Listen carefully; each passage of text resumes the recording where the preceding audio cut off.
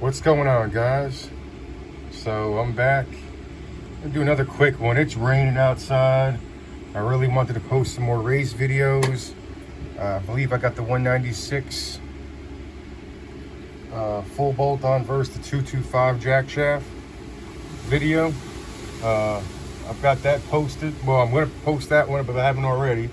But I want to do some more racing content, but it's it's been pouring raining outside all day. Actually, looks like it stopped a little bit, but hell, it's still too wet out to race. So here's the thing. We're going to talk about exploding flywheels. Everybody goes, "Oh, the flywheel exploded. It'll bust your leg, right? It's going to explode into 1,000 pieces." If you zip tie your engine and you need that flywheel, yeah, you should get a flywheel, especially if you're going to rev it up above, 4,300 RPMs. Maybe 48, right? But yeah, you do need a flywheel, but it's not going to explode to 1,000 pieces. So I've got this engine here, and we are going to take a look at it, because that's what happened to me. I was driving stupid and carelessly. With this engine, I did not have my RPM tag. I wasn't paying attention to what I was doing. I was bouncing off the rev limiter, and well, this happened. So let's take this up. I kind of pre-loosen this up. This is my good old first mini bike gas tank, old trusty. Pre-bolt this cover off. So this engine in here, this engine has the dyno cam, mod 2 cam in it. So I've got the cam. Let's scratch up. Crap. It's got the mod 2 cam in it, which I need to take out because I'll show you why. And has 22-pound ballast springs in the head. And I zip tied it. Didn't go through the extra precautions of having the RPM tag. Having the RPM tag. This is where I learned my lesson.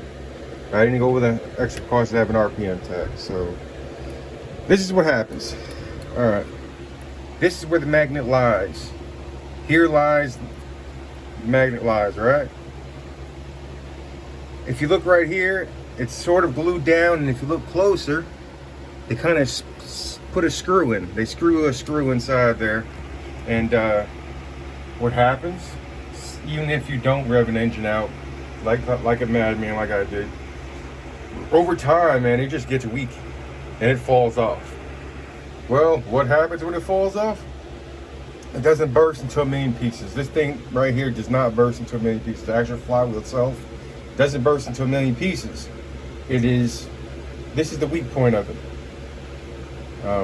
Obviously with a flywheel, aftermarket flywheel, you're gonna be able to spin a little bit better.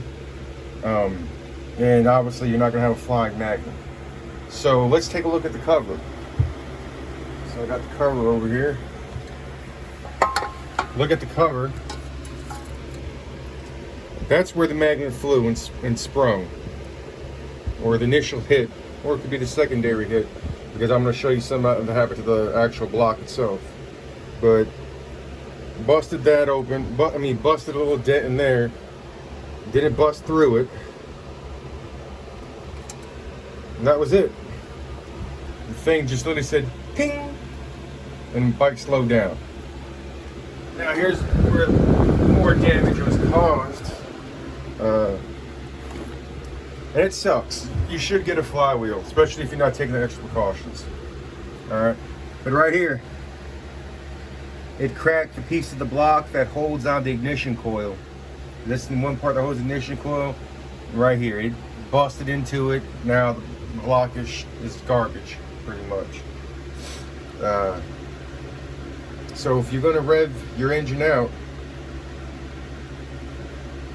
to its max potential, or you are the type that can't pay attention, yeah, go ahead and get a flywheel. With that said,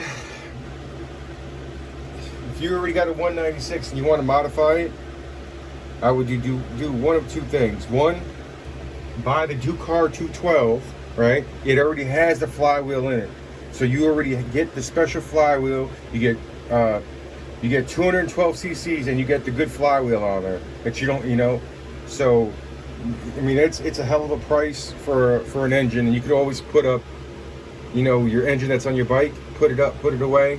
You know, maybe you want to sell that bike and get you a different bike, and you put your Ducar to the side, 212. And with that said, you're gonna have the good flywheel in it. I really didn't do my homework on the engine, but it does rev to 5,300 RPMs right out the box. And it's still governed. It's governed at 5,300, and I believe the governor is adjustable, has an adjustable government points. But on the engine, you get to rev it to 5,300. That's a lot. I mean, if you're just cruising and dicking around on 5,300 RPMs, that's a good RPM, you know. You can get a lot out of it. Hell, I can get a lot out of 4,100 RPMs. You know, I've seen as much as 38 miles per hour on different setups. So 5,300 RPMs is best bang for your buck. I think it's $179.99. All right. And like I said, then you can also spend $230 and get your Wildcat. But I think if you want to stay around the 212 segment, the Ducar 212 from EC Carbs is one of the best bangs for your buck, because I believe flywheels are like, I haven't quoted one yet, I haven't looked at any really. You know, the last couple engines I bought were fully built engines, but I think they run about $120 for just the flywheel. And you could spend, and that's plus shipping plus tax. All right, so you can get a whole engine with the good flywheel, with the rev limit already out to 5,300 RPMs, so you don't have to, you know, delete the governor. You don't have to do a zip tie trick. And that's the best bang for your buck engine. I'm actually looking at one of those engines for this bike, and this is going to be I'm going to pass this bike on down to my son. Got the tires for it here, but I'm gonna pass it down. We're gonna throw a Ducar on it, set it and forget it. Maybe a couple little mods as far as like muffler and a, you know, filter pod, or maybe a Mikuni. Probably won't do the Mikuni. Maybe we will.